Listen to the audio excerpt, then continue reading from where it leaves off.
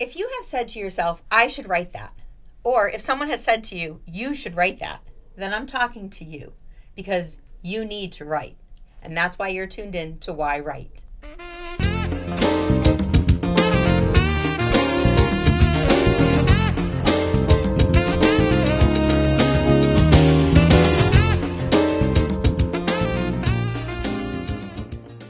Today's program is brought to you by CRS, Complete Restoration Solutions, for fire, smoke, water, and mold damage.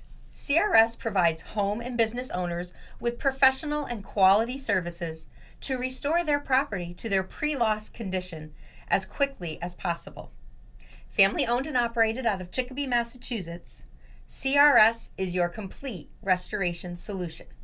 They are available 24 hours at mycrsinc.com. Hi, welcome back to yWrite. I'm your host, Angela Grout, and today I have a guest with me that is going to talk about journalism writing. She is a resident of West Springfield whose creative works have been published in the literary journals at Westfield State University, where she studied journalism and creative writing. She is a contributing writer for Lifestyle magazine, assigned to the Westfield and Northampton areas. She writes feature articles on people and businesses doing good in the community. As a Sigma Tau Delta at Westfield State University, her work was published in a mental health advocacy online program called The Mighty. She is a reporter from the West Springfield Record, which is how we met, as she recently wrote an article about this show, yWrite. I want to welcome to the program Abigail Taylor. Hi. Hi, Abigail, or I can call you Abby on the show. Yeah. Hi, welcome to the show. It's Happy to be here. Thanks, Yeah. I'm so glad. We've just met a few weeks ago. Yeah. Abby had called me up, and the West Springfield Record wanted to do a piece on yWrite, new program for the cable network show. Yep. And it was really nice to be interviewed about the show, but as we both know, I kind of tried to turn the interview around. Yep. I was very curious about how you got into journalism and all of those great conversation pieces. So I stopped myself and said, "Come on the show." So here we are. Yep. So tell us a little bit about what it's like to be a journalist and how you chose to be go into the journalism career. So it's really fulfilling being a journalist. My dad's former assistant coach told me that Tom Coburn, my editor, was looking for help. And so I went ahead and sent him some samples. And then he gave me an assignment. And I first interviewed Nick Domkowski, baseball player at the high school, West Springfield High School, who was signed to the Pittsburgh Pirates. And so that one went well. And so I just kept writing. And here I am a year and a half later. So it's really exciting to be able to lift people up in the community and keep people informed about town meetings and, whether their roads being paved. That's all people care about is what's going on in my neighborhood. And writing very objectively. Right. Or factually, I should say. Yes, yeah. And is it objectively too? But it's like factually, like these are just the facts. Yeah. So writing objectively is definitely, I take that very seriously. First, I want to say I'm incredibly lucky to start my writing career at the Record. They obviously have a very big presence in West Springfield, 70 years now.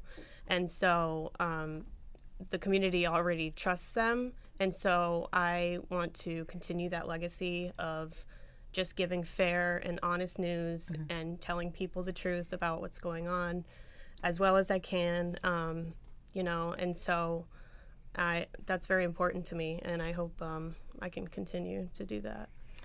So you're doing features on specific people for the Record, or meetings and things, and then for Lifestyle magazines you're doing them on people and or businesses that are doing things. So I'm going to tell the audience, like when Abigail and I met, we met at the library to do the interview, and you were asking me certain questions, and obviously you showed up and did some research, not just on me, but on the program, and, making sure everything was legit. Yeah. We talked for, I'm going to say a little over an hour. Yeah. Just verbally talked. Yep. You did bring a tape recorder, so you had recorded some things, I guess, to go back for notes. Is that what you do? Yep. You wrote the article. It came out really great. It's Thank right you. here. And look, she even took my picture, which you don't bring your own photographer, huh? Yeah, I mean, I take some pictures, but yeah. But one of my biggest questions for you was like, how are you going to turn this verbal conversation into, 1,000-word essay? I mean, article. Yeah. And what was that what's that process like? Not just for my article, but for anyone's article that you're doing. Mm-hmm.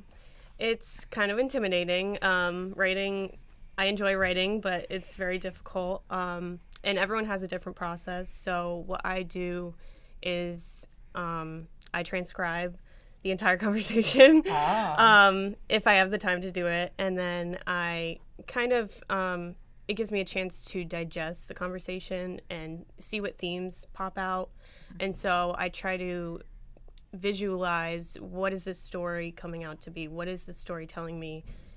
Where is it going? And so I try to find quotes that tell the story itself, and introduce the quotes, and just see where it goes. And I hate to just say that, but the story dictates itself, and I'm just writing it. And so I like that. Yeah. It's resonating with me because as a writer, and perhaps other writers do this, which is why I like talking to other writers. Yeah. When I'm working on a story, not a news story, but a story, I will sometimes just write that raw first draft, and it sounds like when you're translating, transcribing the whole conversation, and then going back to read it and say, okay, what pops out? Like, what is really important that needs to be shared or elaborated more, or researched? Because there, even in fictional writing, there's a lot of research. Yeah, absolutely. And especially talking to the press, for anyone who's speaking to the press, I mean, they're going to tell you things that you have to verify are right. Absolutely. Yeah, because you don't want to. If someone says, "Oh yeah, I won the Pulitzer Prize," yeah, you're like, "Oh, well, let me check this out before I put it in that there's a Pulitzer Prize winner." Right, so exactly. Yeah, that's really neat.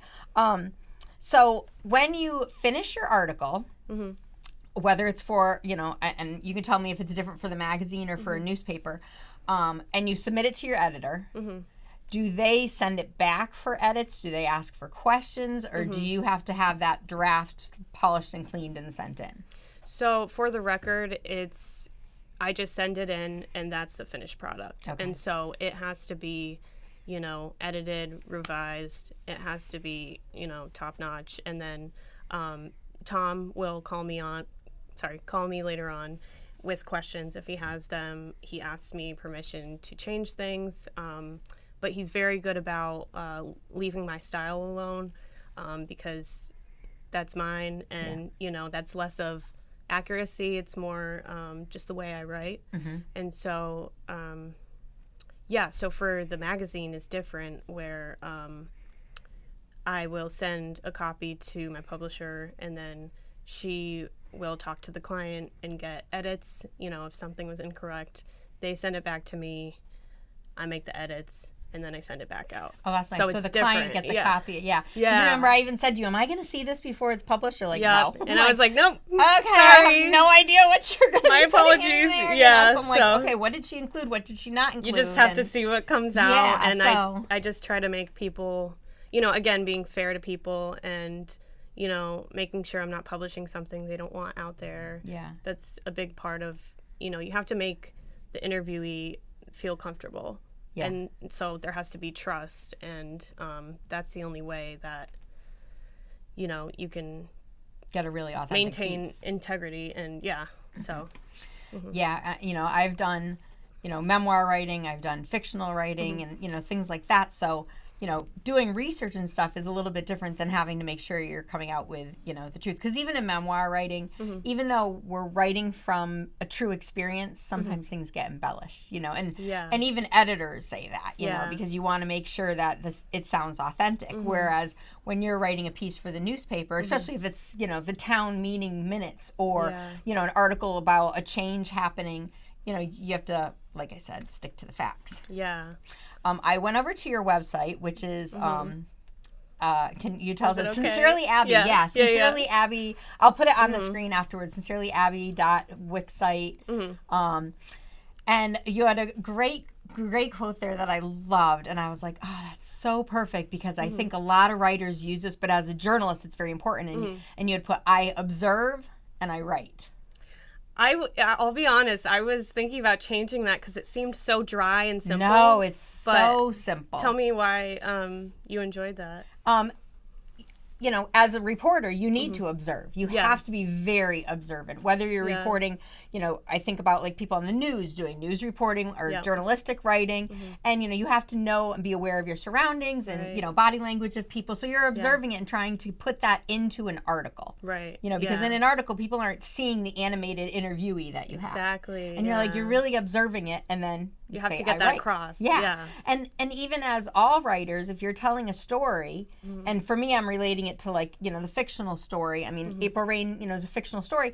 And, I do observe what happens in the news, what happens in the newspaper, what happens when people are walking in the woods and, and just observing it and saying, okay, I'm going to write this down because I want it to be authentic. Yeah. And, it's like you get it from observation. So I just thought, oh, as a journalist, that's perfect. Like I observe, I write. Whew. Yeah. Like, and okay. I like to say that I'm just telling people what happened, and I still have my own opinion, but obviously that gets left out, and I just want people to know what's going on. Yeah. So that's my goal there. Can you tell us a little bit of the difference between writing an assignment and writing an article? You can explain that a little bit, I think. So you mean like feature versus meetings? So every week almost there will be a town meeting, town council, school committee, zoning board of appeals, planning board. And so whatever meeting is going on is what I'll cover. So I'll be assigned that. And then feature stories are, I can pitch it myself. And so like this week, someone I knew from high school, I noticed he made a clothing line. And so he's 4 years in. And so I was like, perfect. Let me spotlight him and, give him a little boost, let people know what he's doing. And so that was really, again, fulfilling. So when you pitch it to the magazine or the newspaper to say, I want to do the story, are you pitching it verbally? Do you have to have something like written to hand to them? No, I just tell Tom, hey. Yeah. Well, I mean, you're an employee there. Yeah, so you can do yeah. that. So, but most of the time Tom will get an email about something going on, and he'll just forward it to me and say, look into this. So it's very rare that I'll pitch something, but it is cool to have that kind of not influence, but being able to make a suggestion. What to write. So that's really, because it's always good to write something that you're passionate about. So okay, I'm passionate about writing and letting everyone know about what happened at the town meeting, but let me really tell you about I think writing journalism, and you have written some poetry. I have. You've done a lot of in the past, creative writing. Yeah, I try not to minimize it because I did get it published, so it is cool. Yeah. Can we talk a little bit about the publication that you had in the Mighty? The Mighty. So I did a few different stories for them, just on mental health. In high school I struggled with mental health, and I had some depression and anxiety, and I wanted to share how I came out of that, and coping strategies and just resources for people also going through that. Again, writing is about sharing experiences and helping others, and so that was my goal. I mean, obviously it was self-interested, I wanted to get published, but I think it still served a purpose. And it definitely. I mean, I'm happy that I read a few of them, and everyone struggles from some sort of anxiety or depression at Yep. some point in their life. I tend to think that sometimes writers may have a little bit more. A little more, yeah. And maybe it's not so much the depression and the anxiety, but it's that inner critic. Yes. That will be like, why are you writing this? Or, what are you thinking? Or, don't do this. Or you're never going to do it. Like just all the negative stuff that you just have to take that inner critic. Yeah. My writing coach calls her, what she call her, the nasty little girl. Like, put her in a closet. You know? And so I wrote about... you named her. I named her Margaret.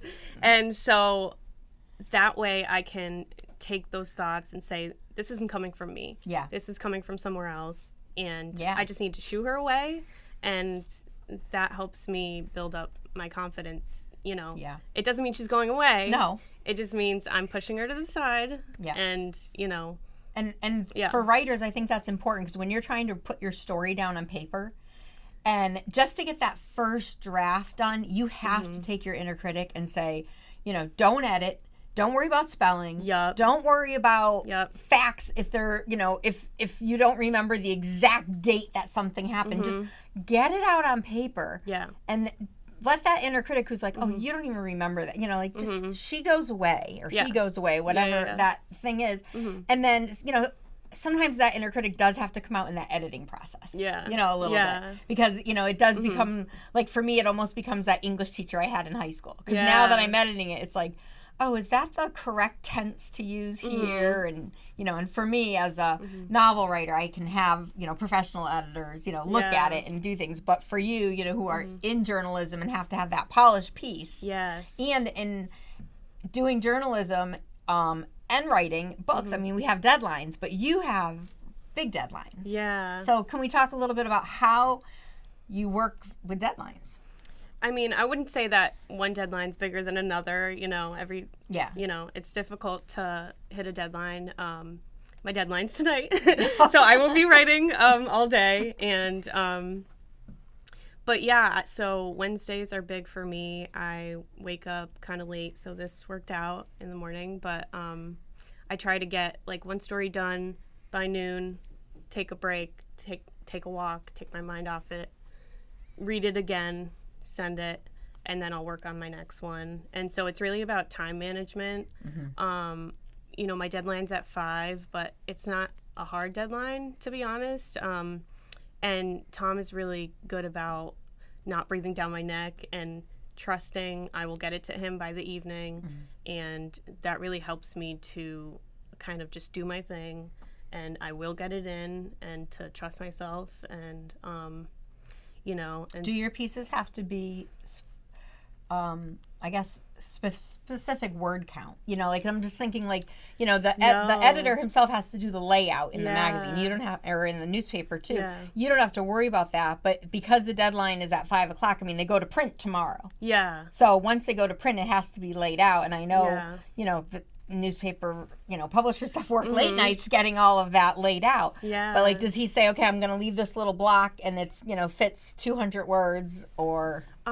He's really not specific about that. He says, and I don't know if it's the same everywhere, but he says, however much the story warrants is how much you can write. And so he'll throw out 800 words is a typical story, but oftentimes I'll go overboard because I just like all those details in there. Yeah.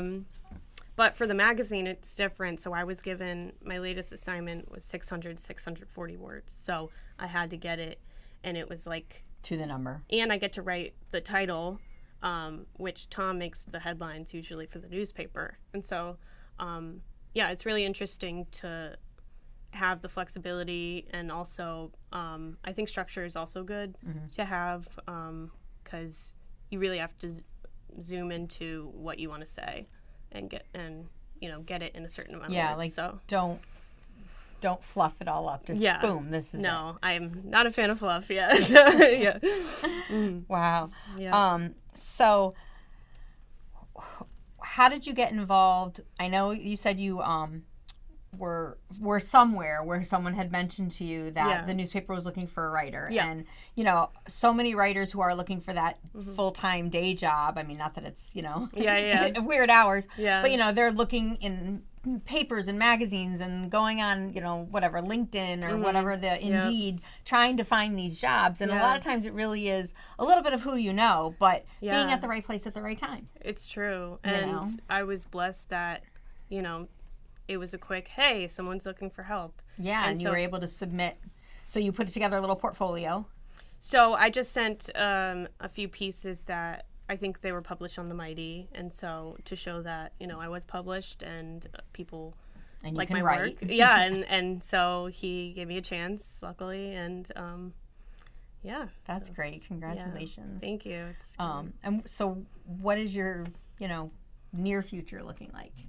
A lot of deadlines. yeah, a lot of deadlines. I want to work at the Record as long as it's still running. It'll be here forever. As much as I'd love that. Tom Colbert can't go anywhere. Yeah. So, but I would also like to grow into the magazine because it won't be around forever. So yeah, I'm trying to keep. You have a couple of the newspapers here we brought in from the Record that you have articles in, and doing the feature pieces, and then this lifestyle magazine.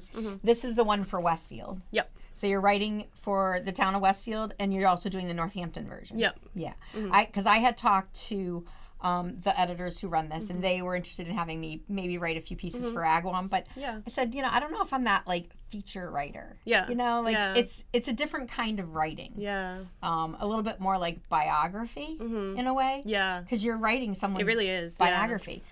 As we talked in the beginning when we met and you were doing the interview, we talked for a little over an hour, and then you sent a few follow-up questions through a text. Yep. And at one point I got a little carried away answering it, and I go, oh my gosh, I feel like you're writing my obituary. Yeah. I was like, wait a second, no, this isn't about me, it's about yWrite. We're promoting people to watch yWrite, because there are people who want to write, and they're like, well, why do I write, and how do I even write? Yeah. And tell us when you first got interested in writing. Have you always been writing, journalizing as a girl? Did you? Yes. Many times on my birthday, I will get a new notebook. So I have probably hundreds at this point, or, I have many notebooks because my family were really supportive. So you're observing your own life and writing it. Yes. And so a lot of times I also made homemade cards, and I would, write out a whole paragraph about this specific person. And so it just came easy to me, all throughout school. And I was like, it gave me confidence to say I can really do this and be successful in it. And so I was like, okay, I'll take what I'm good at. And it's so refreshing to know that you found a passion you love so young. It really is. I always loved writing, but I didn't embrace the passion until a little bit later. Yeah. A few years older than you. Yeah. But same thing. I've always journalized. I love writing cards. Even in high school and college, I go, someday my dream is to work at Hallmark and write cards. Yeah. And I've had a lot of people who are like, oh, can you write me a card for this one or that one? And I do love doing that. Yeah. And, I've never pursued it. I was like, no. And at the flower shop, and as my audience knows, I used to own Agawam Flower Shop. Every day people would be sending flowers, and they'd go, I don't know what to write on the card. And I'd be like, I got it. I got you covered. And then, I always loved it when the guys were like, well, write whatever you want. All right, I'm writing, can't wait to take you to dinner this weekend and buy you a great piece of jewelry. Yeah. Love your husband.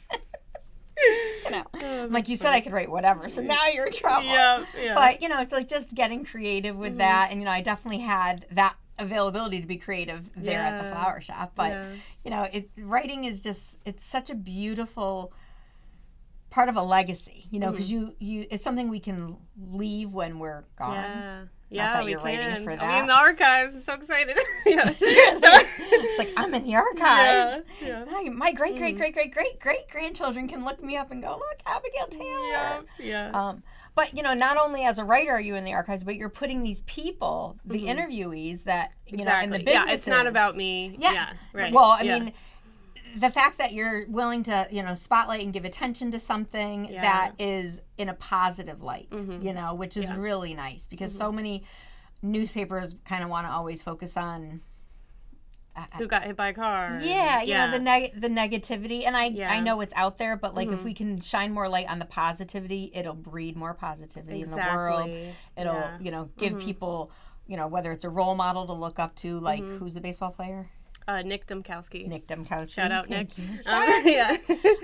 You know, and it's great because, I mean, kids who are reading that are like, wow, he was here, right here in this town, and now, you know, he's playing professional. Yeah, you never know where they're going to reach.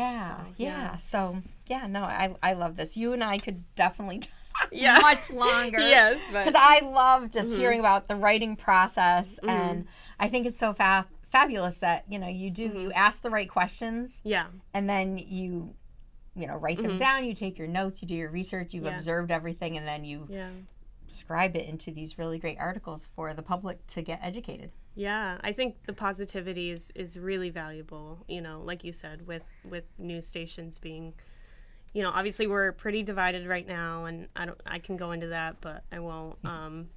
But just to highlight the people you recognize, the people in your community who are, you know, volunteering for, you know, the parish cupboard or on the Arts Council, you know, people who are doing work that affects, you know, the children in town and everyone really. So they deserve to be recognized, and if I'm good at writing and can make them look good, that's all I want to do.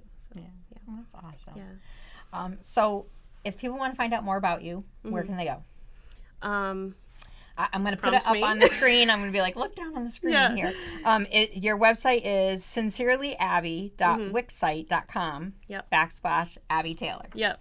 So you can contact her and read more about what she's doing and send her messages through that website, and check her articles out on Westfield and Northampton's Lifestyle Magazine. CityLifestyle.com. City Lifestyle, that's right. Yep. And also at West Springfield Record.